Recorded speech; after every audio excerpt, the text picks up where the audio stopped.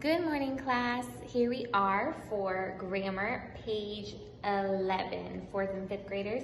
So make sure you have out your book. This is actually a very easy page today. Make sure you have out your God's Gift of Language book and go to page 11. You need to be there because we're going to read some things on the page. There's actually only 4 questions today, and I'm going to do 2 of them with you, but the important thing is that you're learning what the concept is. This concept is going to teach you how to be an effective communicator again. Remember, an effective communicator is what? Someone that can speak and write so people can understand and learn something, right? So, today we're going to learn how to write sentences that make sense and don't use too many words, okay? So here we go. Let's put our finger on the green box up at the top. It says, too many short, simple sentences make writing choppy. Everyone say that word, choppy. Choppy means when it's like stop and start, stop and start, stop and start. Okay, it doesn't all come together flowing like a river, right? For example, look at the sentence right here. Well, the part that you can see without the sun. It says, Chloe will go to Lily's party. Okay, it's in your green box too. Chloe will go to Lily's party. Ella will go to Lily's party. Okay, una pregunta. Is it necessary, is it necesario that I say both of those sentences? Because they both basically do what? They both say the same thing, okay? Chloe will go to Lily's party. Ella will go to Lily's party. Okay? So what could you say to make that one sentence? Think about it. What could you say? Well, the answer is right here in the book. It says you take Chloe and Ella. They're both doing the same thing, right? So you say Chloe and Ella will go to Lily's party. Okay? If I say, Sama will go home early today. Scarlett will go home early today. Do I need to say it like that? Or do I need to say, Salma and Scarlett will go home early today? The last one is the best one because you don't have to say all those words if they're not necessary. Okay? So let me help you with Think A. Look what it says in Think A. Put your finger there. In the blank, write the letter of the sentence or sentences that are written correctly. Okay, so which one is better? We're going to take a vote, okay, because I'm going to help you with number 1. Let's take a vote. A says, Brian is in my class.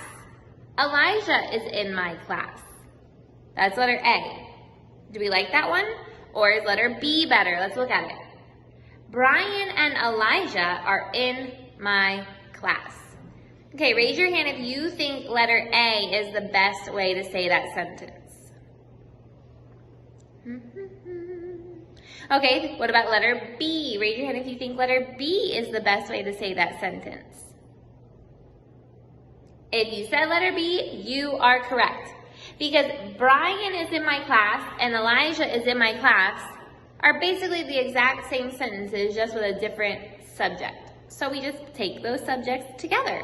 Brian and Elijah are in my class. I can't say is now because there's more than one. Are in my class. Okay, so the answer to that one is B.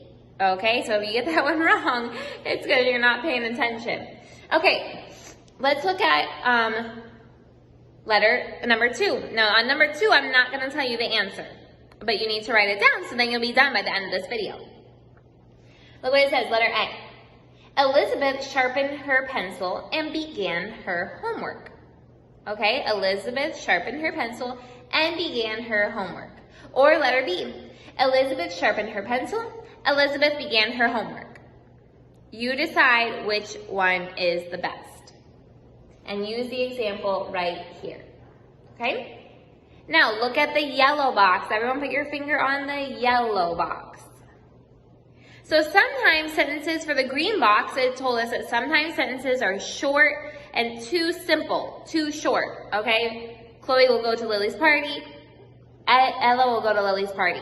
Too short, doesn't make any sense that way. But some of them are too long. And when we say that they're too long, we call them stringy, okay? Because they are like a string. They just keep going and going and going. Look what it says. Many thoughts connected by commas and joining words make writing stringy. Okay, guys, so the rule is this. If you are going to combine, si vamos a combinar dos oraciones, two sentences, with a joining word, después de dos oraciones necesitamos terminar esa oración. We should not bring more than two sentences together with a joining word. Remember what our joining words are? And, but, or. So we can bring two sentences together but not three.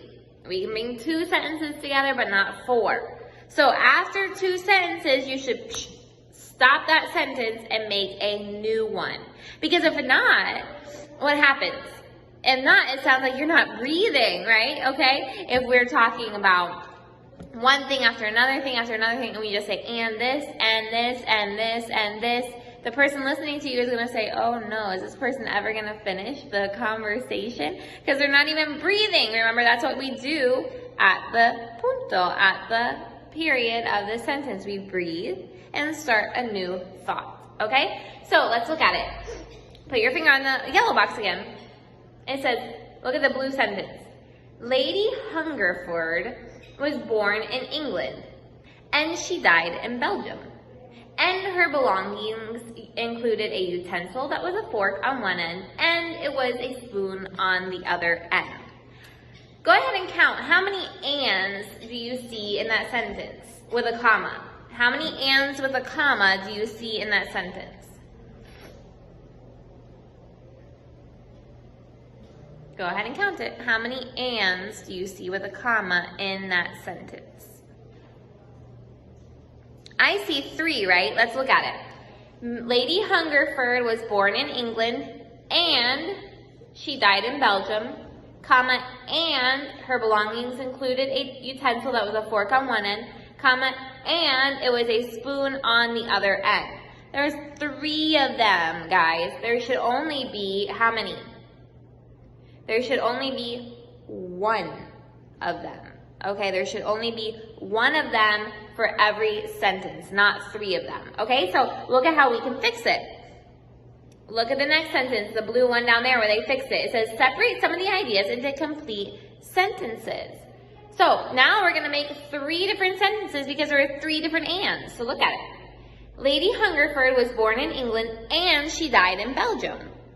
Okay, so we just stop it after that, after using 1 and with the sentence. Her belongings included a utensil that was a fork on one end and it was a spoon on the other end. Boom. So really we only needed 2 sentences, okay?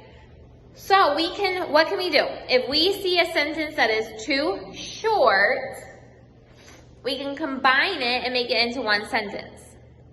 But if we see sentences that are too long, using and this, and this, and this, or but this, or but this, or, we can split them and separate them into different sentences, okay? So, let's try it on write B.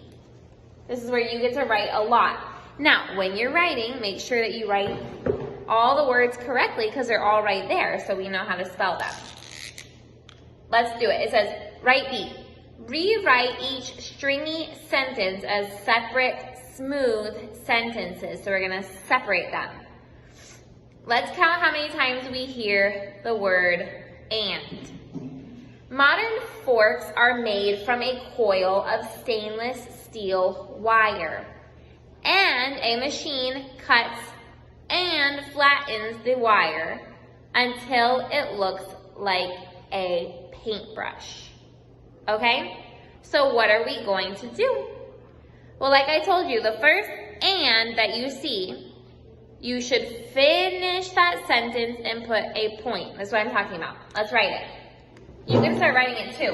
I'm going to do it over here so you can see it because over there has too much sun. It says modern forks are made from a coil of stainless steel wire, comma, and, okay, so now we have to find where we're going to terminate a sentence because we found the comma, and a machine cuts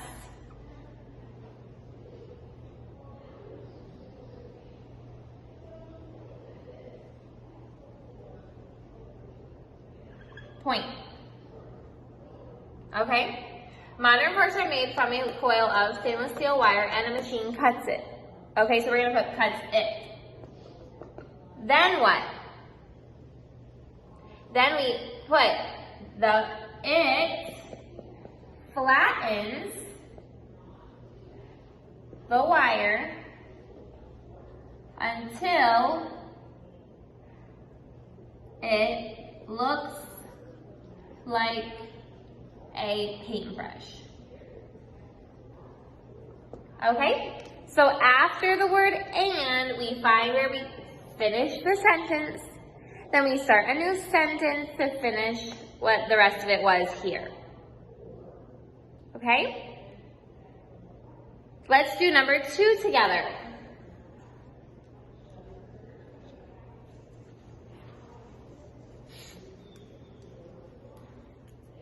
Look what it says in number 2. A press cuts the design into the handle, and another press cuts the tines into the fork. And the last steps are shaping the fork into its slight curve and polishing the metal. Okay, so what are we going to do? How many ands do you see there? I see 3, right? Okay, well, let's see what we can do. Let's start writing the sentence until we find an and. Number 2. A press cut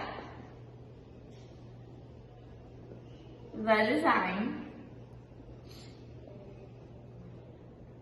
into the handle. And another press cuts the tines into the fork. Okay, so we found our and we finished that part of the sentence, right? So we're going to put a period, right? And then we write the rest of it. It says, and the last steps are, so we don't have to say and, we just put punto, the last steps.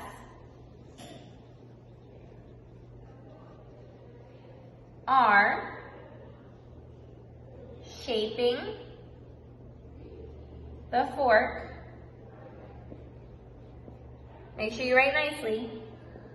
Into its slight curve and polishing the metal. Okay? That's all we have to do, you guys. Sometimes when we see short sentences, we can combine them into one sentence. And when we see long sentences, we can separate them into different sentences, okay? You only have to do one by yourself, so I can imagine you're gonna have éxito on this page. Let me know if you have any questions. Have a great day. Bye.